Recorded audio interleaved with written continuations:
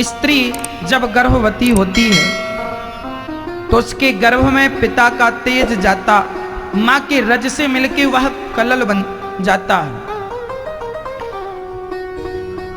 10 दिन में बच्चा बेर की तरह होता है, 1 माह में बच्चे का सिर बनता है।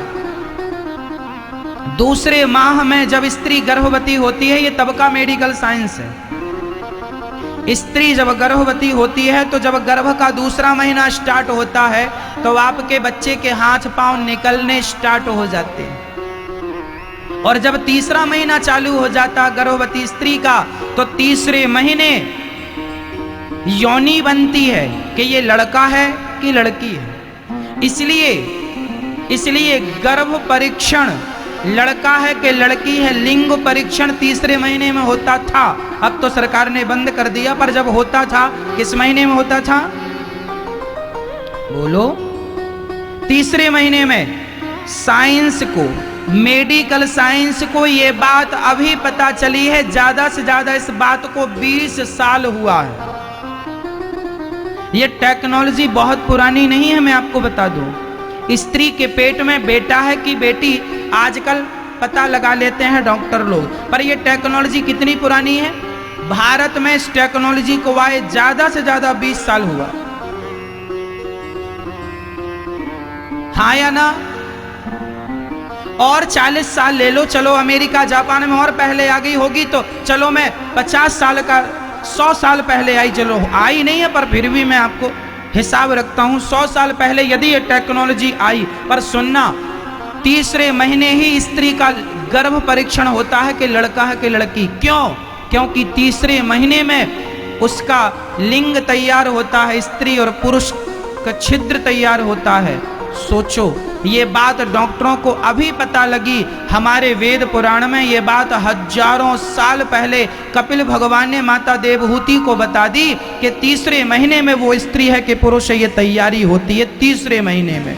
ये बात हजारों साल पहले ये भागवत में लिखा है, ये पूरा मेडिकल साइंस लिखा पड़ा है।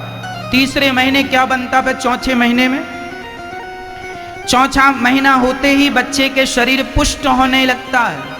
5वां महीना लगते ही बच्चे को भूख और प्यास लगने लगती है। इसलिए बच्चा 5वें महीने पर माँ को लात मारता है, पेट में ऐसा माँ को एहसास होता है कि लात मार रहा, वो भूख से कभी छटपटाता है, यहां वहां जाता है। 6वां महीना होते ही उस बच्चे को अपने पूर्व जन्मों का हिसाब पता चलने लगता, मैंने क्या पाप किया था, क्या पुण्य किया था, किसके कारण मनुष्य बन के जा रहा हूं। 7वां महीना लगते ही उसको पूर्व जन्म की शक्ति, पूर्व जन्म का स्मरण होने लगता है।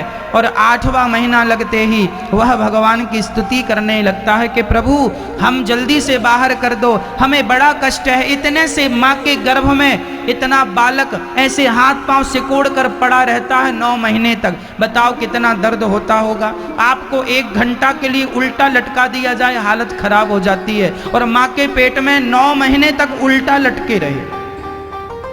कहाँ लटके रहे? मलमूत्र के गड्ढे में। कोई अमृत नहीं भरा मलमूत्र के सिवा। कई बार डॉक्टर कहता है बच्चे के पेट में पानी चला गया। कौन सा पानी? मलमूत्र चला जाता है।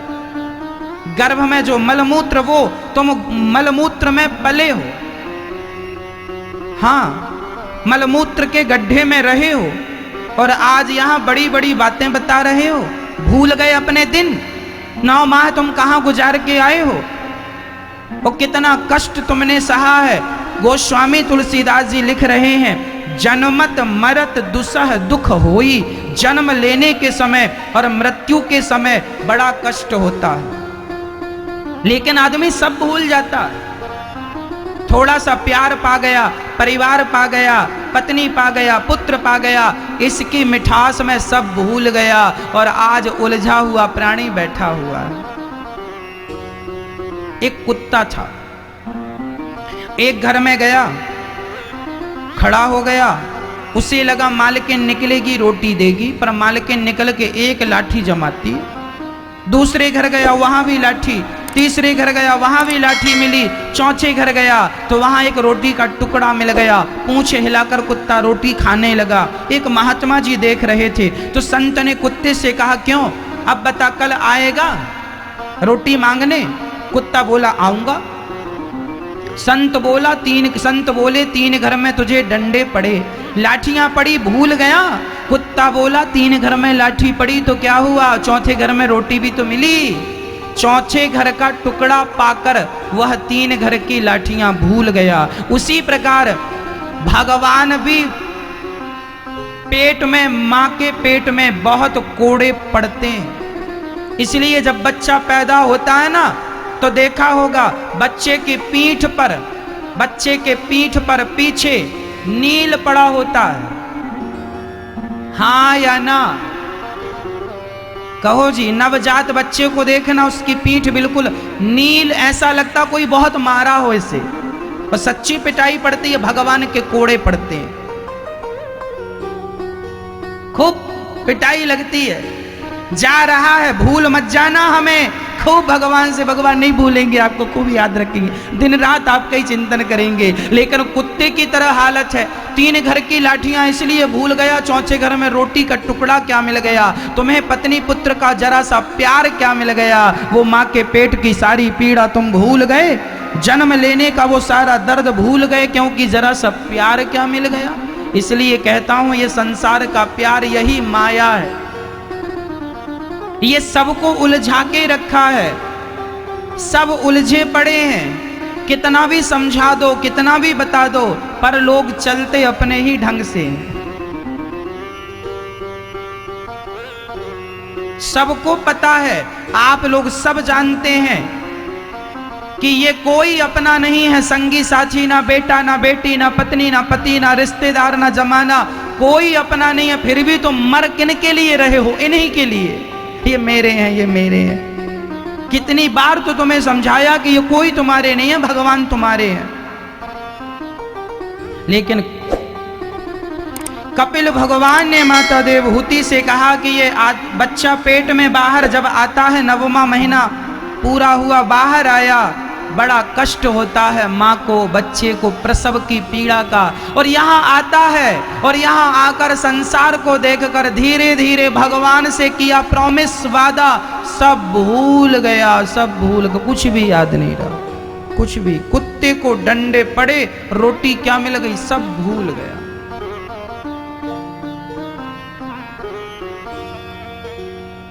आप लोगों को कुछ याद है कि माँ के पेट में कितने डंडे पड़े थे? नहीं याद है। क्यों याद नहीं है? क्योंकि संसार का प्यार मिल गया,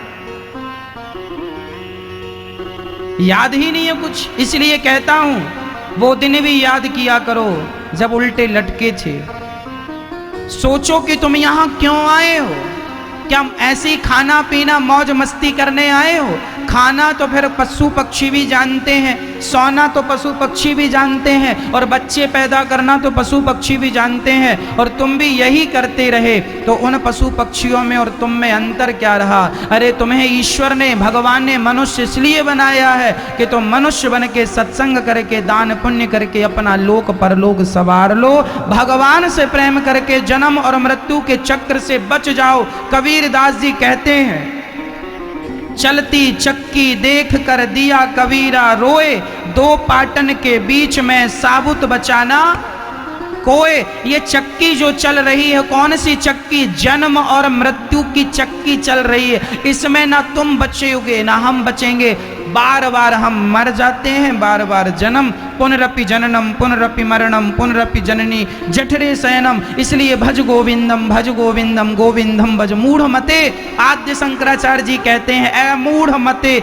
ऐ व्यक्ति, ऐ मनुष्य, तू भगवान की शरण में आ जा, नहीं ये जन्म और मृत्यु की चक्की जो चल रही है, पिसते चले जाओगे और मनुष्य शरीर पाकर गलती करोगे तो 84 का चक्र फिर बिगड़ जाएगा।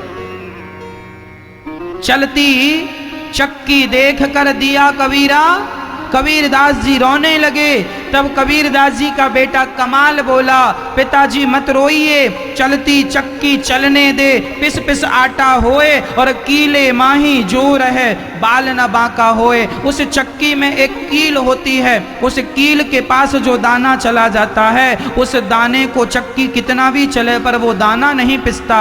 उसी प्रकार संसार कितना भी हमें और आपको पीस ले, लेकिन जो भगवान की शरण में चला गया वह जन्म और मृत्यु के चक्कर से बच जाएगा और भगवान का हो जाएगा। अब